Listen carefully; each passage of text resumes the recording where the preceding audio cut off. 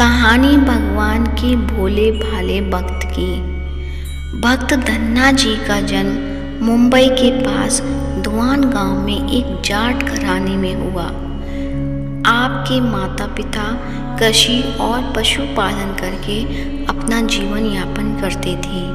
वह बहुत निर्धन थे। जैसे ही धन्ना बड़ा हुआ उसे भी पशु चराने काम में लगा दिया। वह प्रतिदिन पशु चराने जाया करता। गांव के बाहर ही कच्चे तालाब के किनारे एक ठाकुर द्वार था, जिसमें बहुत सारी ठाकुरों की मूर्तियां रखी हुई थीं। लोग प्रतिदिन वहां आकर माथा टेकते व भेंटा अर्पण करते। धन्ना पंडित को ठाकुरों की पूजा करते देख स्नान करवाते व घंटियां खड़खड़ाते रोज देखता। अल्प बुद्धि का होने के कारण वह समझ न पाता। एक दिन उसके मन में आया कि देखते हैं कि क्या है। उसने एक दिन पंडित से पूछ ही लिया कि आप मूर्तियों के आगे बैठकर आप क्या करते हो। पंडित ने कहा, ठाकुर की सेवा करते हैं, जिनसे कि मनोकामनाएं पूर्ण होती हैं। धन्ने ने कहा, यह ठाकुर मुझे भी दे दो। उससे छुटकारा पाने के लिए पंडित ने कपड़े में पत्थर लपेटकर दे दिया। घर जाकर धन्ने ने पत्थर को ठाकुर समझकर स्नान कराया और भोग लगाने के लिए कहने लगा। उसने ठाकुर के आगे बहुत मिन्नतें की। धन्ने ने कसम खाई कि यदि ठाकुर जी आप नहीं खाएंगे तो मैं भी भूखा ही रहूँगा। उसका यह प्रण देखकर प्रभु प्रकट हुए तथा रोटी खाई व लस्सी पी। इस प्रकार धन्ने ने अपने भोलेपन में पूजा करने और साफ मन से पत्थर में भी भगवान को पा लिया। जब धन्ने को लगन लगी, उस समय उसके माता पिता बूढ़े हो चुके थे और अकेला नवयुवक था। उसे ख्याल आया कि ठाकुर को पूजा से खुश करके यदि सब हासिल किया जा सकता है तो उसे अवश्य ही यह करना होगा, जिससे घर की गरीबी चली जाए तथा सुख आए। ऐसा सोचकर ही वह पंडित के पास गया। पंडित ने पहले ठाकुर देने से मना के दिया। वह ठाकुर की पूजा अकेले नहीं कर पाएगा। दूसरा, तुम अनपढ़ हो।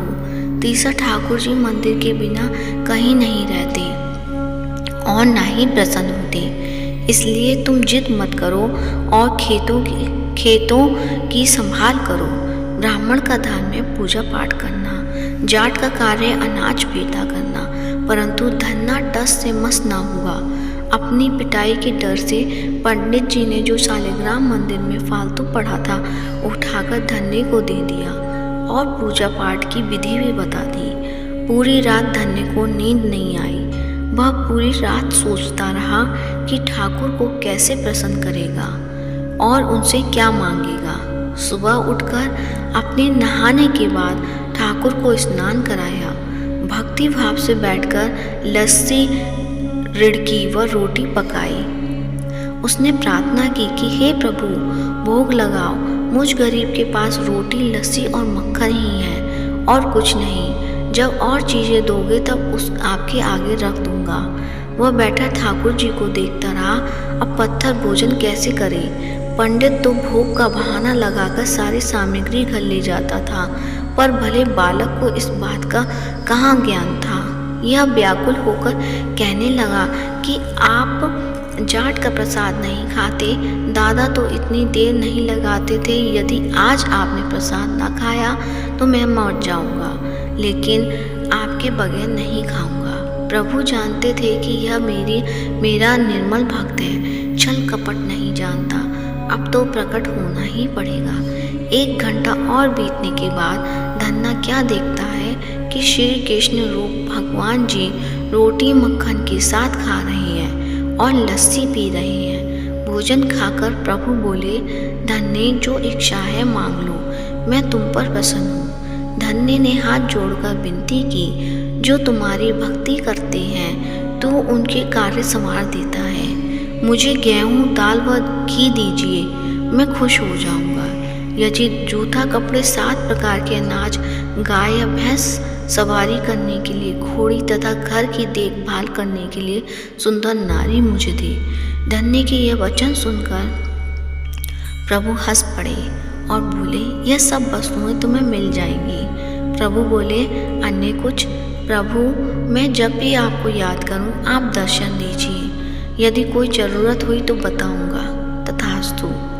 भगवान ने उत्तर दिया, हे प्रभु, धन्ना आज से आपका आजीवन सेवक हुआ, आपके अलावा किसी अन्य का नाम नहीं लूँगा। धन्ना खुशी से दीवाना हो गया, उसकी आंखें बंद हो गईं। जब आंखें खोली तो प्रभु वहाँ नहीं थे।